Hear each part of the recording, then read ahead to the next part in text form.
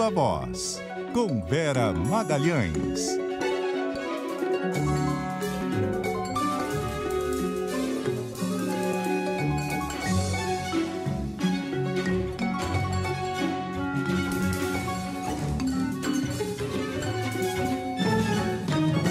Viva Voz, Vera Magalhães, tudo bem? Boa noite. Boa noite, Bocardi. Boa noite, Carol. Todo mundo que nos ouve e nos assiste. Oi, Vera. Vera, CPI do Ministério da Educação, a CPI do MEC, a oposição protocolou o requerimento. E agora? Pois é, Bocardi, a oposição aumentou o número de assinaturas que já tinha no requerimento. Aquilo que eu disse ontem que eles ainda procuravam fazer, conseguir uma margem maior de assinaturas para evitar qualquer movimento de retirada de apoiamentos que impedisse a CPI. Então, além das 27 assinaturas necessárias, a oposição conseguiu mais 5. Então, hoje, quando eu falei mais cedo com o senador Randolfo Rodrigues, já eram 32 as assinaturas apoiando a criação da CPI do MEC. Então, ela foi protocolada, o requerimento está lá. O senador Rodrigo Pacheco chegou hoje de um evento ligado ao Instituto do Ministro Gilmar Mendes em Portugal, evento em que estiveram várias autoridades. Conversei com ele rapidamente.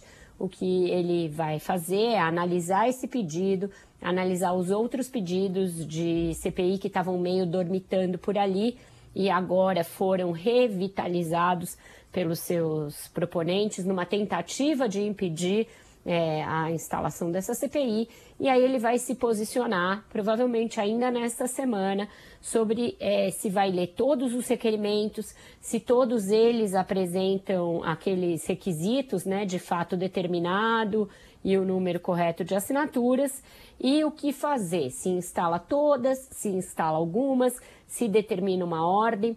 Importante a gente lembrar aqui, o regimento do Senado, diferentemente do da Câmara, não estabelece um número máximo de CPIs que podem funcionar ao mesmo tempo. Então, esse expediente que o governo está usando de apresentar um monte de outros requerimentos para dizer que eles chegaram antes, não é tão efetivo. Porque você pode ter várias CPIs funcionando ao mesmo tempo, desde que os partidos indiquem os seus integrantes e não tem uma ordem exata. Então, quer dizer, não é porque as outras foram apresentadas antes que elas têm de ser instaladas antes. Pode ser tudo feito ao mesmo tempo. Então, você me pergunta dos próximos passos, são mais ou menos esses. Leitura dos requerimentos e a definição, a partir daí, dos integrantes, né, indicados pelos partidos. Ô, Vera, o governo ainda pode tentar embarrear essa CPI, uma vez protocolada? Pode, ele vai tentar fazer isso, Carol. Os senadores ligados ao governo, que não foram muito eficazes em retirar assinaturas, agora vão ficar batendo nessa tecla de que tem outras CPIs na fila de instalação. Eles prometem até ir ao Supremo, falaram que vão ao Supremo com essa tese, mas eu já consultei a advocacia do Senado, já consultei a assessoria do próprio senador Rodrigo Pacheco, que confirmam a interpretação de que o regimento do Senado não é excludente a esse respeito. Ele não diz, olha, pode funcionar no máximo 2 ou 3 CPIs. E também não diz que existe uma ordem cronológica para a sua instalação. Então, essa tese me parece bastante furada. Se não funcionar essa estratégia, qual vai ser a próxima tentativa do governo de embarrear a CPI? Não indicar os integrantes para compô-la. Mas isso pode ser um tiro no pé.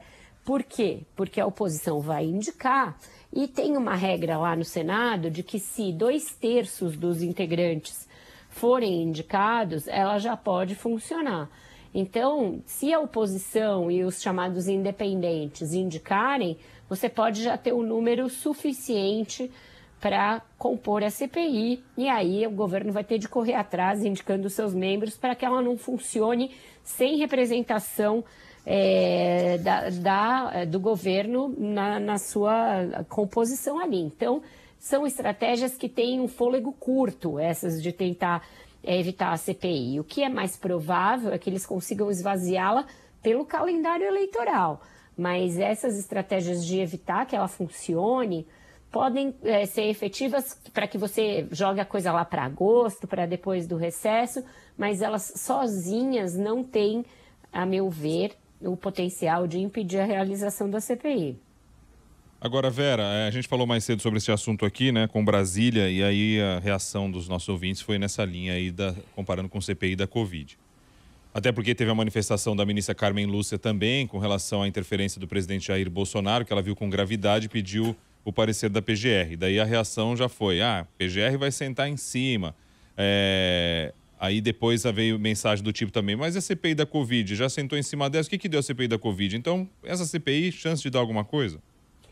Tem dois momentos aí em que a PGR vai ser chamada a falar, e é sempre uma possibilidade de que a coisa arrefeça e vá parar na gaveta quando a gente põe o Augusto Aras na equação, Bocardi.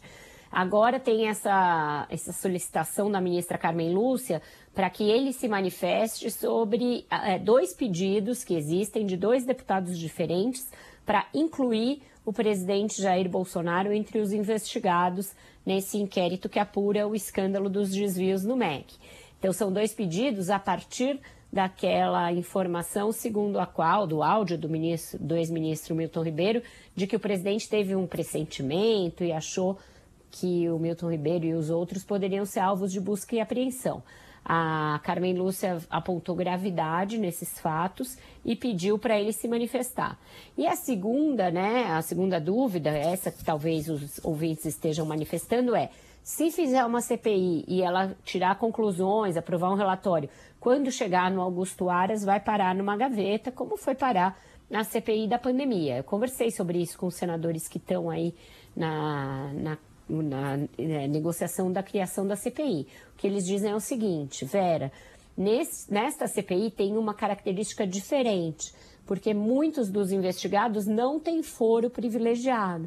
Então, não iria para o Augusto Aras. Augusto Aras tem que se manifestar sobre aquelas autoridades que têm foro no Supremo ou no STJ. No caso do ex-ministro Milton Ribeiro, no caso dos pastores, você pode pulverizar os indiciamentos pela justiça de primeira instância em vários estados. Eu achei interessante que eles também já estão pensando, olhando lá na frente, né? Tentar evitar essa pizza. E em relação ao presidente Jair Bolsonaro, um dos senadores me fez a seguinte observação. Olha, o calendário da CPI provavelmente vai durar 6, 7 meses, portanto vai para além do período eleitoral. O indiciamento dele pode vir depois das eleições e, eventualmente, coincidir com a derrota do presidente. Se ele perder, esse pedido também sai das mãos do Augusto Aras e aí vai para o Ministério Público Federal nas outras instâncias. Então, é com isso que os senadores estão contando. O que eles querem é um holofote durante o período da campanha para fustigar, para enfraquecer, para bombardear o governo e isso provavelmente eles vão conseguir, ainda que com algumas dificuldades de calendário, dificuldade de você marcar audiência, dificuldade de você reunir quórum, dada a coincidência de tempo com a campanha. Mas eles dizem o seguinte, olha, isso vai dividir o noticiário com a cobertura eleitoral e vai ser um desgaste para o presidente. Pode funcionar, inclusive, como uma blindagem para ele se conter e não fazer, por exemplo, um novo ato golpista no próximo 7 de setembro. Um senador me disse isso, olha, vai ter uma CPI instalada e se ele fizer isso, a CPI é um fogo de encontro para esse tipo de arroubo antidemocrático do presidente. Então, eles estão contando com a CPI como um instrumento para enfraquecer, para fustigar o presidente durante o período eleitoral. Ô Vera, e aí tem um segundo momento, depois que a CPI foi instalada, que é dos partidos indicarem os integrantes, né, os membros da comissão. Como é que deve ser a correlação de forças aí dentro da CPI? Já tenho algumas informações a esse respeito, Carol. Olha, o MDB, que é a maior bancada, tem 2 vagas. Deverá indicar 2 senadores que fazem forte oposição ao presidente Jair Bolsonaro. O Eduardo Braga, que já foi da CPI da pandemia e que está comandando uma aliança grande lá no Amazonas contra o presidente, e o senador Marcelo Castro. Por enquanto, Renan Calheiros não está nessa lista que eu recebi. Não sei se ele optou por ficar fora, não sei se ele ainda pode entrar, não sei se pode ser suplente. Ele estava licenciado, né, Vera? Ele pediu uma licença para acompanhar a eleição no estado do filho, mas eu cheguei ali em algum lugar que ele podia voltar, né? especialmente ele estava na comissão. articulação, estava nessa articulação toda, era falado o nome dele, inclusive, para presidir a CPI, mas agora, na relação que eu recebi, não consta o senador Renan. Então, talvez ele se concentre mesmo na eleição do filho, que é uma eleição difícil lá. Tem 2 do bloco da oposição, um deles vai ser o Randolfo Rodrigues e o outro vai ser do PT. Aí o PT está entre 3 nomes, o senador Fabiano Contarato, que não era integrante da CPI da Covid, mas mesmo assim teve uma participação muito importante, o senador Jean Paul Prats e o Humberto Costa, esse sim era integrante da CPI da pandemia. Aí você tem uma vaga do PP, que é a primeira vaga governista que aparece aqui, e 2 vagas para serem divididas entre PSD e republicanos, que integram um bloco lá no Senado. PSD tem senadores alinhados com o Bolsonaro e outros que fazem oposição. Vai depender de quais desses vão ser indicados. Lembrando, os 2 do PSD na CPI da pandemia integraram o G7 contra Bolsonaro, que era o presidente da comissão, Omar Aziz, e o senador Otto Alencar da Bahia. Vamos ver quem eles vão indicar desta vez. E aí tem 2 vagas para um bloco que é PSDB e Podemos. Aí também vai depender de quem eles vão indicar.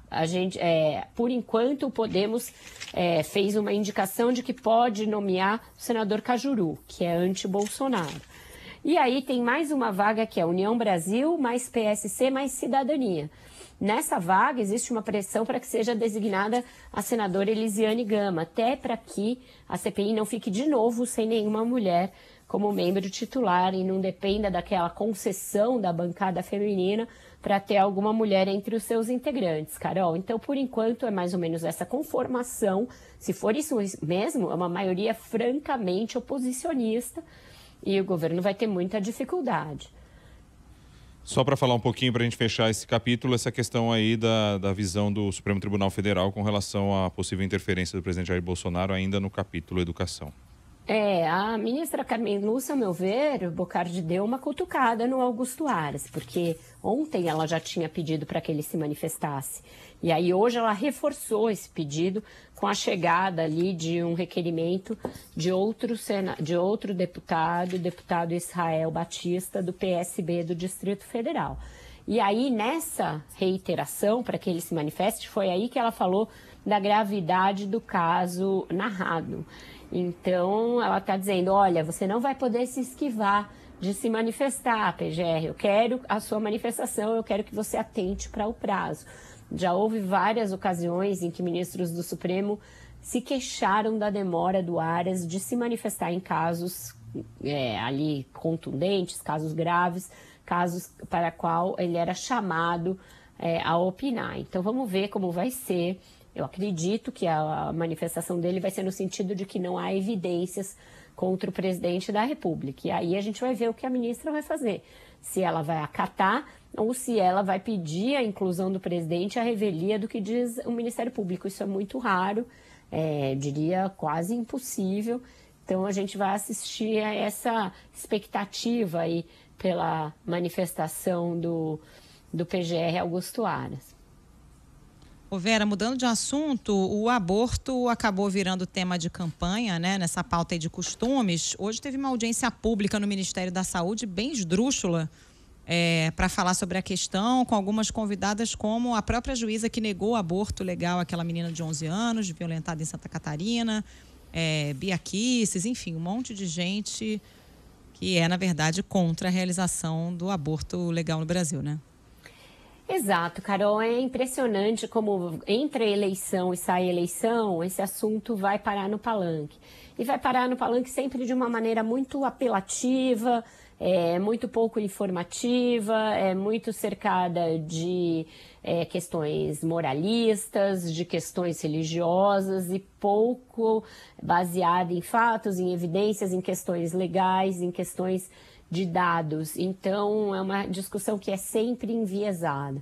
Eu acho que a eleição em que esse tema teve mais presente foi a de 2010. Tiraram esse tema da cartola para tentar enfraquecer a então candidata Dilma Rousseff. Ela se saiu razoavelmente bem para termos de estratégia política, mas acabou contribuindo de alguma maneira para que a esquerda evitasse esse assunto. Então, como ela evitou, e ela disse que ela era contra o aborto, que ela não ia fazer nenhuma lei ou nenhum gesto, caso fosse eleita, tocando nesse assunto, viu-se que esse é um tema que acaba dividindo a população, gerando paixões, e aí entre a eleição, sai a eleição e ele volta à baila. E agora não foi diferente.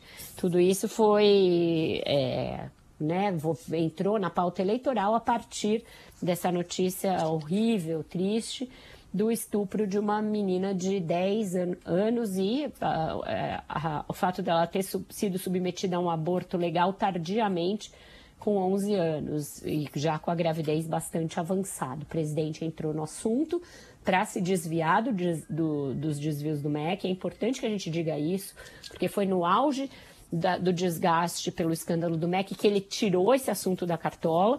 E aí agora o Ministério da Saúde entra como uma correia de transmissão, né, desse falatório que é eleitoreiro, que é eleitoral. Então, é o Ministério da Saúde abrindo suas portas, editando um guia absolutamente desinformativo a respeito do assunto, dizendo que todo aborto é crime, quando a gente sabe que tem previsão de aborto legal, e aí fica uma coisa totalmente bizarra, porque diz assim, olha, não é que deixa de ser crime, é que não é punível segundo o que diz a lei, segundo o que diz a Constituição. Ora, o que não é punível e está excetuado pela lei e pela Constituição, portanto, não é crime.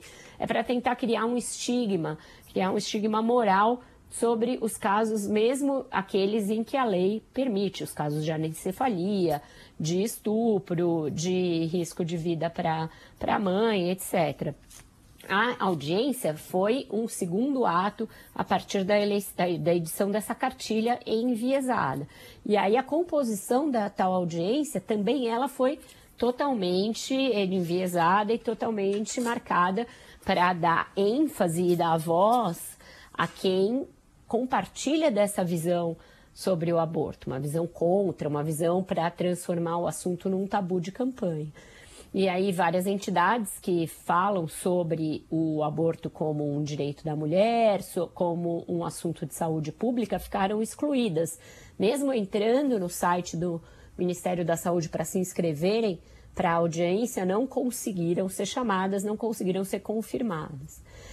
Então é isso, a gente, assim como nos Estados Unidos, viu esse assunto ganhar um protagonismo nos últimos dias, ganhar relevância e cercado por várias doses de mistificação, de moralismo, de informações erradas, não estamos levando em conta dados, não estamos levando em conta o que diz a lei e estamos criando uma cortina de fumaça para outros assuntos, esses sim, muito cruciais para o debate político eleitoral, como a economia, né, como a situação fiscal do país, como toda a situação da educação que a gente está vendo aí, que foi alvo de pilhagem durante os últimos anos, os últimos meses, mas a gente está aqui falando de aborto, que é um assunto que nem diz respeito aos temas mais imediatos da campanha. Isso não é por acaso, isso é uma estratégia, é tentar usar um assunto que divide a população e que tem ali uma adesão grande do eleitorado conservador para tentar fugir dos assuntos que causam desgaste para o presidente e para o governo. Ô Vera, os militares e as urnas aí, foram divulgados os nomes dos escolhidos para acompanhar a apuração e tudo mais? Pois é, escolhidos pelo Ministério da Defesa, Bocardi. Acontece que o Ministério da Defesa indicou 10 pessoas para fiscalizarem as eleições. O que aconteceu, né? Depois que o presidente e o ministro da Defesa passaram a falar que as Forças Armadas e a Polícia Federal deveriam estar entre as entidades fiscalizadoras da eleição, o ministro Edson Fachin, presidente do TSE, abriu um procedimento administrativo para disciplinar como vai ser feita essa fiscalização. Então, ele abriu um prazo de 15 dias para que todas as entidades que estão entre aquelas habilitadas ou credenciadas ou interessadas em fiscalizar as eleições e as urnas eletrônicas, participar das etapas de auditoria das urnas, apresentem nomes para participar. E aí você tem uma série de entidades para além das Forças Armadas e da Polícia Federal. OAB, Controladoria Geral da União, Ministério Público, os partidos políticos, as universidades, é uma gama. São 16 entes, mas não só 16, porque entre esses entes gerais estão os partidos políticos, que são vários. Então, por aí você imagina se cada um desses resolver indicar 10 pessoas para fazerem parte dessa comissão. Vai ficar uma torre de Babel, ninguém vai se entender e não vai ter nenhum tipo de organicidade, de organização, de racionalidade possível num processo como esse. Então, o que o TSE vai fazer é, depois de recebidos todos os nomes de todas essas entidades, fixar quantas pessoas cada uma delas vai poder designar. E certamente não serão 10. Quando faz isso, o que as Forças Armadas estão tentando é manter o processo estressado, né? Sob uma aura de cordialidade. O ofício do general Paulo Sérgio é todo, agradeço as manifestações de apreço por parte do ministro Fachin, mas aqui estão os nomes. E aí, 10 nomes, 3 da Marinha, 3 da Aeronáutica e 4 do Exército. E aí você fica pensando, bom, só aí já ocupa uma sala inteira, você não tem como botar mais ninguém. Então, não deverão ser esses 10. Vai haver, em algum momento, na manifestação do TSE, dizendo que cada um desses entes pode indicar, sei lá, 1, 2, 3 pessoas, no máximo, para fazerem parte desse grupo que vai acompanhar as várias etapas de fiscalização das urnas. Então, agora, vamos esperar, tá? A bola está com o TSE, ele deverá disciplinar isso, o prazo era de 15 dias, ainda não se encerrou. No fim desse prazo, a gente deve saber quem e quantas pessoas vão fazer parte dessa fiscalização das urnas. Vamos para a música? Vamos lá, qual é a música? Vamos para a música. A gente está numa fase Gilberto Gil, né? Pelo menos eu tô terminando agora a série da demais. Família. E tem um momento lá em que eles discutem o repertório dos shows e eles falam dessa música, né? Que é uma música antiga do Gil, dos anos 70, que chama Super-Homem, a canção, e que um dos netos dele, se eu não me engano, fala que depois de muito tempo foi entender o que essa música dizia, né? Da necessidade do homem entender a mulher e de pensar um pouco com a cabeça da mulher. Eu acho que todos esses debates bizarros que a gente está vendo nos últimos dias a respeito de estupro, de aborto, de adoção, de doação de criança, está faltando um pouco de empatia e está sobrando tentativas aí por parte de todos, da sociedade julgadora, dos políticos, das redes sociais, de dizer o que a mulher deve ou não fazer com a sua vida, com o seu corpo, e a partir de violências que ela sofre. Então, acho que a canção do Gil é um pouco educativa para que cada um pense com empatia a respeito de situações da vida do outro que a gente julga sem ter informações e sobre a maneira como a gente está estigmatizando alguns assuntos no Brasil e fazendo um jogo que é um jogo político, misógino, e muitas vezes avesso ao que diz a ciência, ao que dizem as leis. Então, pensar um pouquinho a respeito da situação. Então, acho que o Gil sempre nos ajuda a serenar os ânimos.